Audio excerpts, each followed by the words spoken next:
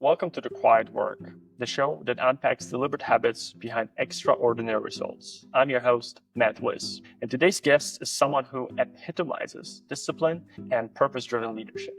Retired Major General John Gronski spent 4 decades in the U.S. Army, commanded thousands of soldiers in Iraq, and just for good measure, cycled 4,000 miles across America with his wife and their 15-month-old son. Now he coaches executives and teams on resilience, trust, and value-based decision-making. In the next half hour, we'll explore how battlefield lessons translate to boardrooms, why small daily actions compound into strategic victories, and how you can cultivate quiet strength under pressure.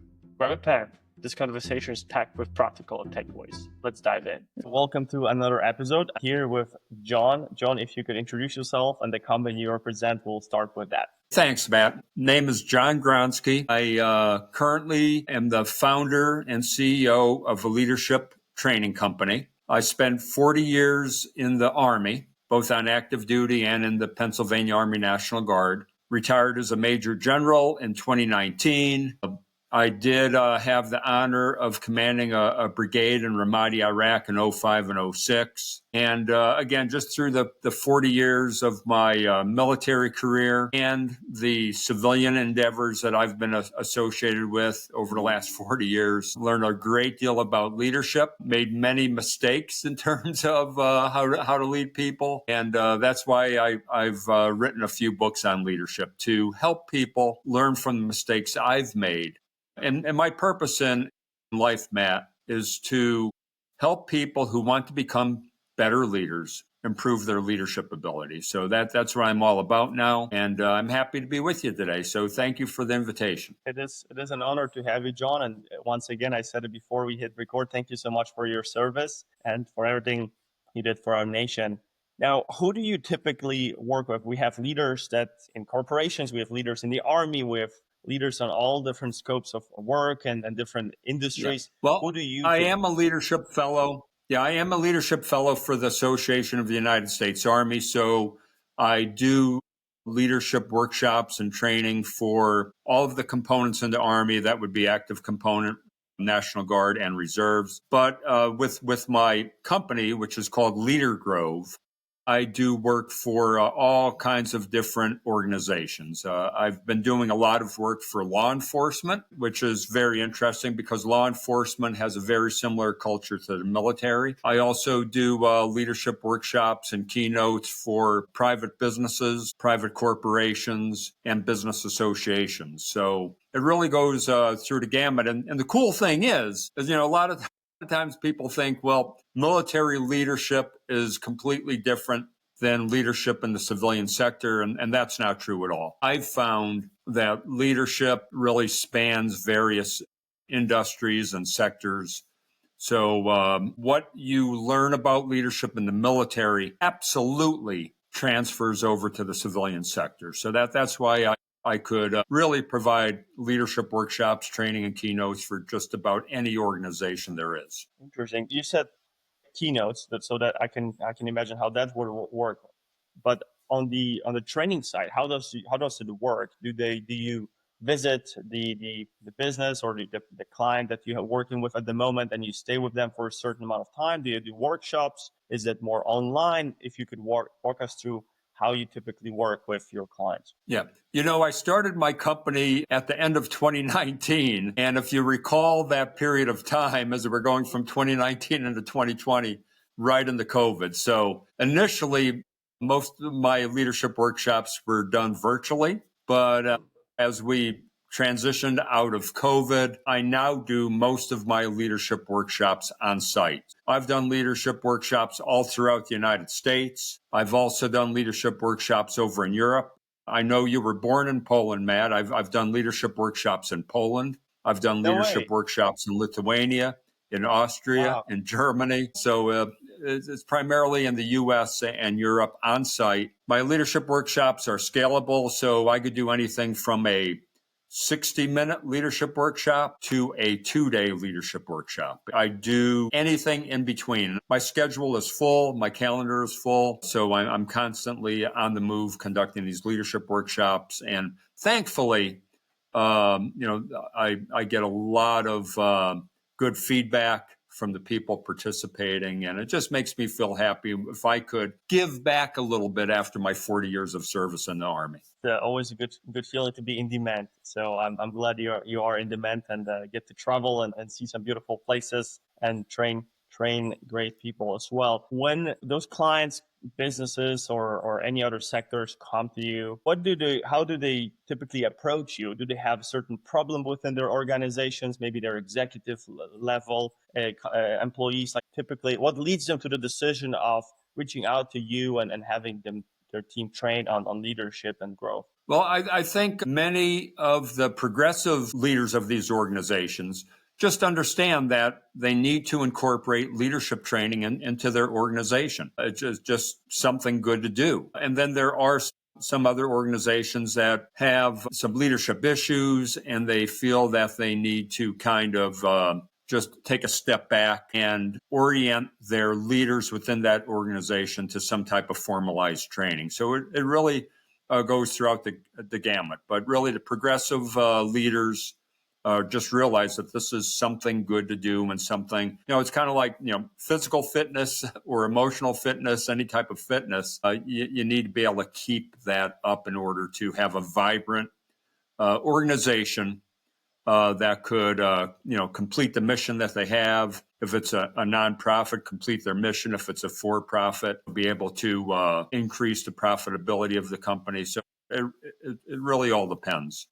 And are we talking about large from the private sector? Are we talking about large corporations, privately held or public companies? What size of the companies? Again, I've done my leadership workshops for both. I've done leadership workshops for Fortune 100 companies. And Matt, I would like to talk a little bit about my leadership philosophy that I really think is important. I wrote a very popular leadership book. It's called Iron Sharpened Leadership, and my leadership philosophy is really based on what I call iron sharpened leadership. Interesting thing on that, Matt, it comes from Absolutely. the Bible.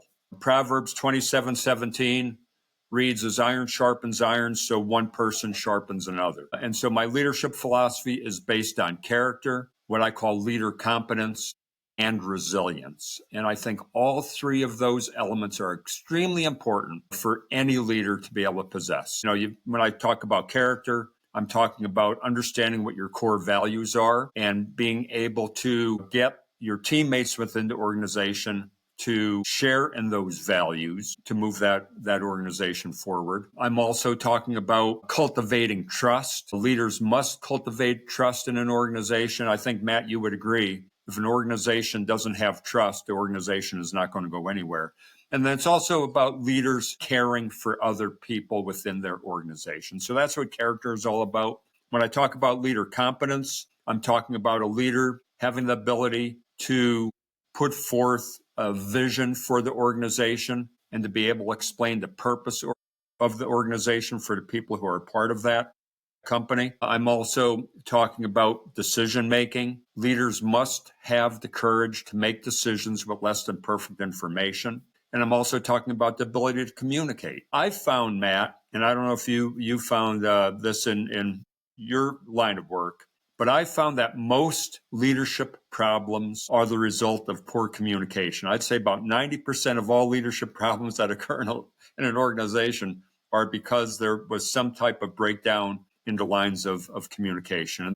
The third element of my leadership philosophy is resilience. And when I talk about resilience, I'm talking about positive energy. The leader having the ability to be an optimist. And when I talk about leader optimism, I'm saying the leader must believe that tomorrow is going to be better than today and have a good plan to go along with that optimism. I'm talking about a leader having positive energy. I talk about fitness, where leaders must be physically fit, emotionally fit, mentally fit, socially fit, and spiritually fit. All of those elements of fitness have to come together. If you just focus on one or two, you're probably going to be lacking somewhere in your leadership ability. And then the last element of resilience is vulnerability. Leaders must move out of their comfort zone, must try new things. Leaders have to ask their followers what their opinions are. Leaders don't have all the answers, and leaders must allow themselves to be vulnerable enough to admit that they don't have all the answers. That's why they have a team around them get suggestions and recommendations from the team. And then the third element of vulnerability is that leaders must share stories. Share stories about the times you've made a mistake, about the times that you failed, and what you learned from those mistakes and failures you've had. So again, that takes vulnerability for a leader to be able to share those type of stories. So really, that's what my leadership philosophy is about. And that's what I incorporate into the training I do for these organizations. I thought I should share that with you, so you have a good perspective of really what my leadership philosophy is and the type of workshops I conduct. Absolutely, yes. And you covered a lot of different areas of leadership, which we were going towards. Like when you approach this, when you start working with your clients, do you first try to identify where do they lack their skills as far as leadership goes, whether it's they're on the mental side, whether the fitness side, whether on their beliefs side or mindset side? Do you first try to really find out where do they need that help the most, or is it usually something that that you essentially go through the program regardless of their current state? Now, Matt, that's a great question. I absolutely query the individual from the organization that reached out to me to find out in each one of these elements, where are they struggling? Where are they having the most problems? What are their strengths? What are their weaknesses? As a matter of fact, I've got an iron sharpened leadership assessment that I provide to organizations. So they even have the leaders within their organization take the assessment, and we could see based on their own personal perspective where they think their strengths and weaknesses are. So yeah, it's very, very, very important for me to do this query prior to me coming in and conducting a workshop, so I could customize the workshop for the organization that I'm going to be conducting the workshop for. You mentioned communication. I agree with you.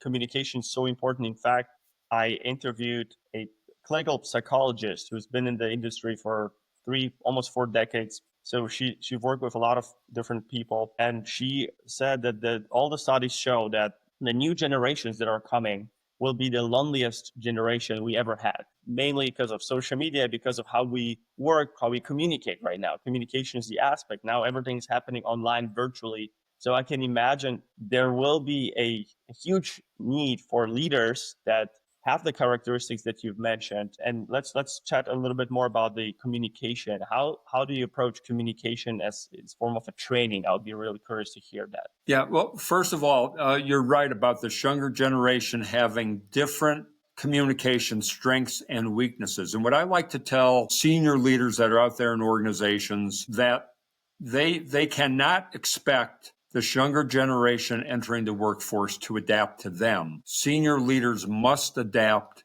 to the younger people coming into the workforce. And so, that takes, a little bit of research, finding out how this generation coming into the workforce communicates, understanding that they are an online generation, a digital generation. They probably don't engage in as much face-to-face interaction as people in my age group were used to doing as we were growing up.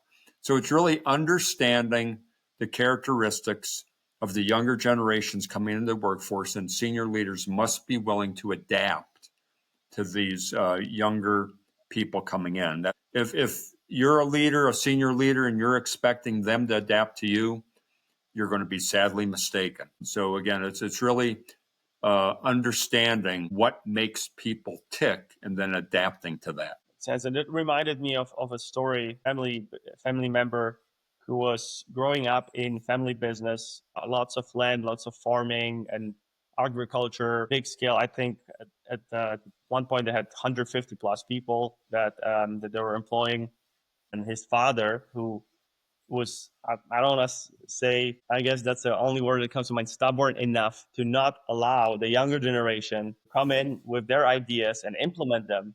One of the ideas was a mobile device, a phone. They didn't want to have phones for their teams. That was the time when the phones became popular and then started being in demand, and you could also use this for your team members. And that was one of the things, obviously. That was probably still before the internet, obviously. But when the internet becomes so popular over there, those things led him to essentially, the business collapsed almost. They had to much closed doors soon after. They couldn't. It was one bad decision after another bad decision, and then the whole thing collapsed. So I agree with you. There is some of the communication or dialogues that is needed is between the older generation and the younger generation, so we can find a ways to communicate. So those companies will survive and will thrive and go through the ups and downs throughout the decades and years. And I had pleasure of interviewing some companies that have been around for 100 plus years. And it was great to see that the generational transfer happened in a natural way. And obviously came with a lot of struggle, not like it's very easy and convenient to pass on the torch to a younger generation, but it's also needed, right? So I'm glad you brought that up because that brought so many memories from lessons that I was able to learn. So we'll see how it's going to play out for us. Yeah. And it's entering, Matt. I talk a lot about mentorship, and mentoring doesn't only happen from senior people in your organization or senior people in your life. I believe mentoring is 360 degrees. So I think, again, senior leaders have to allow themselves to be vulnerable to learn from the young people coming into the workforce. And when you think about it, the customers are younger too. I mean, so if you have younger people coming into your company, understanding what the needs of the younger customer group needs, it's only going to be beneficial to your company to listen to these young people coming in and understanding that mentorship is 360 degrees. You don't only learn from people older than you. You have to be willing to learn from everybody on your team. I like that approach, 360 mentorship. That's a good term right there. And I agree with you, especially with the new technology and the technology advancement that are coming to the market with artificial intelligence, virtual reality. The younger generation can learn it so much faster, and it's incredible. Yeah. So you might want to have people like that on your team to be a pioneer of whatever you're trying to accomplish, because that's a new wave that we have right now. And speaking of which, are you talking about anything about artificial intelligence, or implemented artificial intelligence, AI, in some way, shape, or form? Well, I mean, in my own company, I do. So I think AI is an important tool for any business leader to be aware of. But I've also got some younger people who work for me as contractors that I rely on to help me with that as well. So you don't have to be an expert in everything. You just have to put the right team around you to get the experts in the areas that you need. But absolutely, AI, I think, is important. Absolutely is. And it's here to stay. It looks like it's not going anywhere, right? You also mentioned fitness, spiritual fitness. I'm not sure if this was the term you use, or on the mindset side. I would like to find out more how this looks like in your training, the fitness part and the spiritual training and fitness training part. Yeah, I mean, to me, the spiritual fitness, it doesn't necessarily have to have anything to do with a formal religion, although absolutely it could. But it's just realizing that there's a greater power out there and having leaders tap into that power. You could gain that power through being out there in nature, through meditation, through just contemplating, to being able to, at the beginning of the day, sit back and just think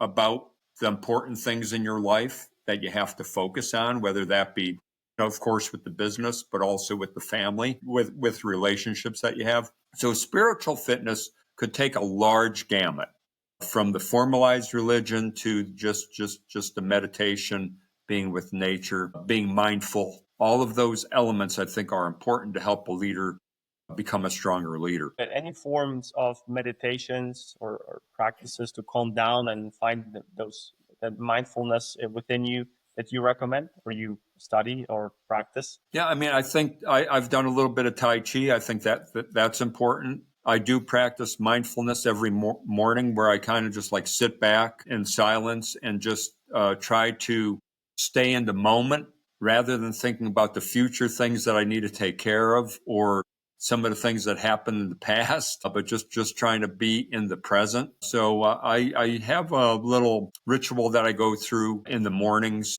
where I allow myself to sit in silence and really try to, as much as I could, be in the moment. So I think that's important for everybody to do as you start your day. I agree. Especially now with the 8-month-old in the house, it's good to find a moment of peace, quietness. Exactly. Sometimes. Yeah. which is not common anymore. But she's a good sleeper, so at least that she likes to sleep from the very beginning. So we're blessed with that, and it's a beautiful You're moment. lucky. Thank you. Speaking of beautiful moments, what's the most fulfilling, John, for you in the work you do? What's the most fulfilling? The most fulfilling is when I get feedback from people where they tell me that what I wrote in my books, Iron Sharpened Leadership, Leadership Sharpeners, The Ride of Our Lives, the 3 books that I wrote, that something in those books resonated with them, something in those books inspired them. I had a person just read the first book I ever wrote. The name of the book is The Ride of Our Lives. It's about a cross-country bicycle trip my wife and I took back in 1983, where we rode our bicycles from Tacoma, Washington to Northeast Pennsylvania, and we had our 15-month-old baby with us. So we spent 3 months on a bicycle trip, a Wow. bicycle adventure, 2-man backpacking tent, 2 sleeping bags, my wife and I, and our 15-month-old baby, 18 months old when we finished the trip. And he read that book and he sent me a message, and he told me that how much that book inspired him. And he said he started to run now. And then he sent me another message and he asked me for some fitness and nutrition tips, which I gladly provided to him. So, when I have other people who send me notes about the book Iron Sharpened Leadership, or my third book, Leadership Sharpeners, that they've read those books and they found something in those books that really resonated with them and helping them to become a better leader. That's where I really get the fulfillment. I also get the fulfillment from the leadership workshops I conduct when somebody comes up to me, at lunch the first day of the workshop and just tells me that how much of what they're hearing is really resonating with them and helping them become a better leader. Makes me feel good. So that's how I get my fulfillment. I look forward to reading your books, especially the newest one. It's, the title alone, it's a great title. Great title. So I look forward to that book already. I'll be curious to hear about the aftermath from the training that you do. Do you have anything that you could share, any stories that you remember from your past clients that reach out to you later on, like when the training was done, maybe months later, maybe a year later? Because I can imagine when you train, when you do your workshop, it's not a switch, immediate leadership upgrade. It takes time. That obviously they have to absorb all the knowledge that you're going to share with them, all the stories, all the character traits that they should strive to become and implement, instill in them. So any feedback that you've gotten from your past clients later on after the training was done that you could share with us here? Yeah, I did some training for a sheriff's office in Texas, and about 9 months after the training, got an email from one of the lieutenants there who told me how the training I conducted really made a difference in their department. How people have really kind of grasped the concepts that I talked about in my Iron Sharpened leadership workshop, and how it really made an improvement in the teamwork of that particular department. I do a lot of leadership workshops for law enforcement departments in the state of Florida. Florida is really a law and order state. They seem to be very progressive. Their law enforcement agencies in Florida seem to be very progressive about bringing people like me in to conduct leadership training. And the cool thing there is, for a lot of these departments, I've been conducting training now since 2021. So they keep having me come back several times a year to continue to conduct that training. And I know they would not have me coming back unless they saw that it was actually improving the teamwork in the organization. So the other thing with some of the business associations that I conduct leadership workshops for, I get a lot of word of mouth where an executive director from an association that brings me in will recommend me to another association. It just keeps growing from there. That type of word of mouth where people have me continuing to come back or recommending me to similar organizations really tells me that the message I'm sending out there is really resonating with people and really making a difference. 100%. What word of mouth is a great confirmation for that, and referrals that come through that. And you, not to get into the political side of things, but I think you should do some training in California, especially Southern California.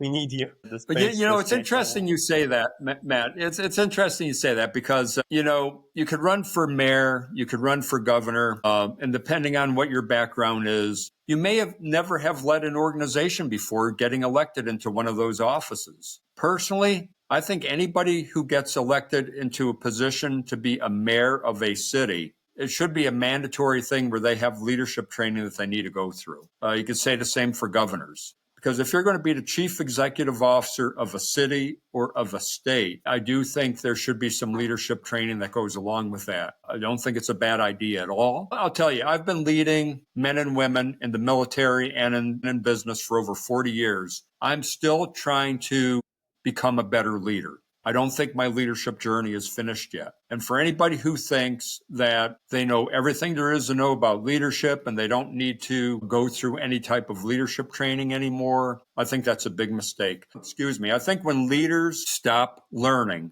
they've actually stopped leading. So I do think that's an important point that everybody should continue to focus on developing their leadership skills. That leads us back to the 360 mentorship.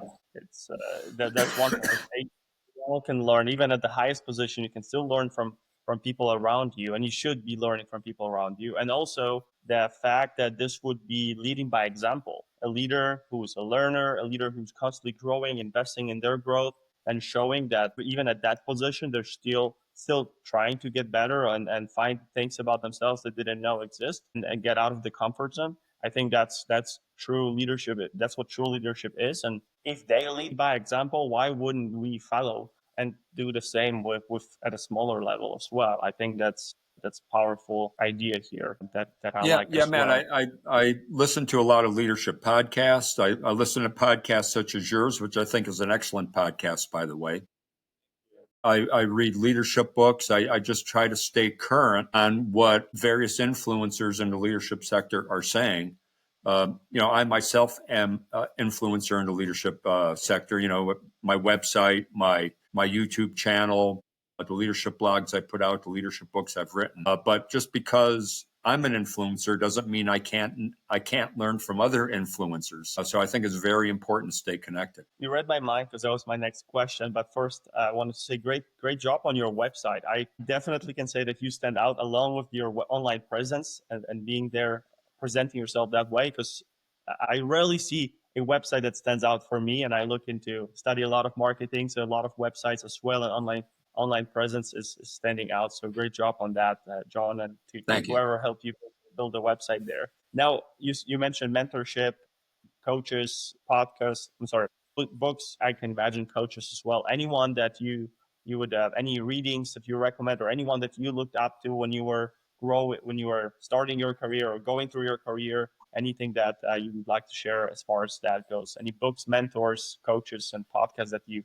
would recommend? Yeah, there's a lot of leadership books out there that are great. I mean, Jocko Willink has written several leadership books. Kouzes and Posner have written the book, The Leadership Challenge. I read that book back in the late 90s, and I think it's in its 7th edition now. I would highly recommend that book. There's another book called The Leadership Moment, which is a very good leadership book. There's several military books that I've read that I highly recommend. We Were Soldiers Once and Young is a great book about leadership. And again, leadership is transferable from the military to the civilian sector and from the civilian sector to the military. But those are several books that I've read that I really got a lot out of. Simon Sinek, has various YouTube videos out there. Those resonate with me. So there's various leadership podcasts out there. Any of those things, I think, are very important for people who want to be able to develop their leadership skills to kind of latch on to and read, listen to podcasts such as yours. I think very, very helpful. I agree with that. We should always consume good information because the information that we consume subconsciously is shaping us. I read a study that 60% of the content we consume is coming from music. And if their music is not really helping you develop yourself, then you're essentially on autopilot being shaped by something that is useless, pretty much, let's call it, and or about nothing important or nothing that can add value to your life. So consumption of good quality material is so important, and we should make it a daily practice. And there's one book that I am super anticipating to read and can't wait to jump into it. It's on my list right now. It's coming from I believe it might be even autobiography. I thought it's a biography, but it might be even autobiography or memoir from the Unkillable. It's the title is Happy Odyssey, and it's about a soldier who couldn't be killed. He was going. He went. He was shot multiple times. He crashed his plane. He lost his eye, lost his arm. He was always going back to the war. He never wanted to leave. He always wanted to lead and leading by example. And he went through so many. I think he was shot, I don't want to lie, but 30 plus times. Something outrageous numbers what he went through. And he titled the book Happy Odyssey because he was always happy about it. He always wanted to go back. The prelude to the book or the beginning of the book, the introduction, maybe even first chapter is written by Winston Churchill. He met him. He might be even giving. Maybe even it was Churchill who gave him Winston who gave him the Unkillable Soldier title because this gentleman was going through a lot and he never gave up. And even after he finished serving, he was on a peace mission or diplomacy mission somewhere in Egypt, and he fell the stairs and broke, I think, his bunch of things in his body that wasn't broken before. Even at this point, he still stood up. I mean, not he couldn't stood up right away, but he went back to training as soon as was. Matt, talk about resiliency. I think that would be a great book to read to help people become more resilient in their lives. So, yeah, thanks for mentioning that. So I'll share the link with you. It's a book that I think we should read just for the perspective of how much adversity you can go through and still find somehow joy and fulfillment, I guess. Because I don't know, going through so much pain, no one could imagine that, and being able to still be happy and find a ways to find joy. It's a great moment. Yeah, and Matt, if you want to put my email address in your podcast notes. If anybody drops me an email, I've got a selection of books on a reading list that I'd be glad to email to anyone. Great idea. Yes, I'll make sure to leave your information and LinkedIn as well, and the website. We'll leave that down below. Let's final few questions that I have. First question is, John, you had an opportunity to sit across the table from the younger version of you from the very beginning of your career. What advice would you share with him? Wow, that is a great question. I think it's just really important to be a positive person, to really believe that there's nothing that's going to hold you back. And, there's a lot of naysayers out there. There's going to be a lot of people in one's life telling you what you can't do, or you're not smart enough to do something, or whatever the case. And really just having that positive attitude, setting a goal, developing an action plan to go along with that goal, and just really believing that you could achieve what you want to achieve. And don't let anybody write your life story for you ahead of time. Write your own life story and then go for it. That's what I would tell my younger self. I love that. And I can speak about that at length because coming from a different country, first it was Germany for me, what I didn't speak a word. I was walking with the big dictionary because there was no phones, no smartphones yet. There was phones, but no smartphones. It wasn't that time, but it was very, very challenging for me to find friends, make friends, and speak up, and finally start speaking. I think it took me over a year to exchange a dialogue. I don't want to say a dialogue, but sentences with someone in German. No, so it was challenging for sure, and I can resonate with what you just shared. But the positivity in being curious, I think was Sigmund Freud or Friedrich Nietzsche who said that if we looked at the world through the lens of a child, we didn't have to write books because we would just go and be curious about certain things and then approach it with enthusiasm and positivity. If you fall, you stand up, you fall, you stand up, and you continue the cycle until you can stand. And then you have some new summits to climb, and that's definitely the right approach there. And Matt, the other thing that goes along with that is purpose, understanding what your purpose is. And I think purpose is such a powerful thing. And some people never take the time to understand what their purpose in life is.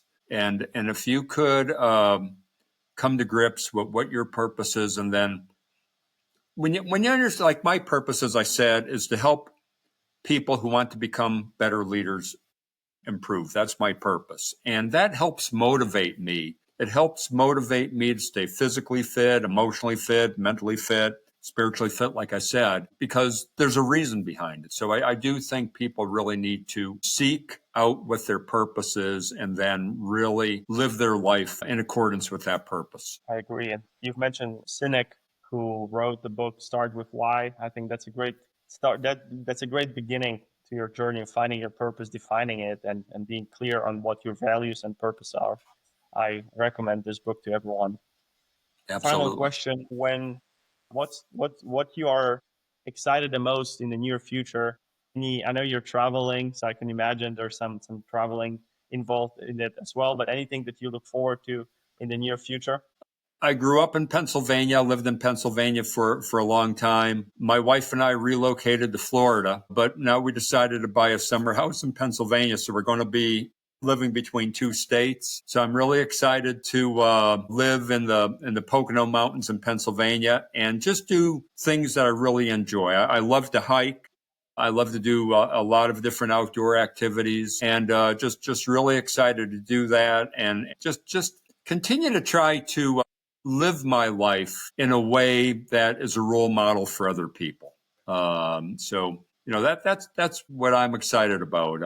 It's just going on that journey to live what I consider to be a good life, and then try to help other people also live their best life that's possible for them. I love it. Leading by example. With that, John, thank you so much for everything that you do. Thank you so much for your service again. It was an honor to host you at the podcast. Any final words for our audience here?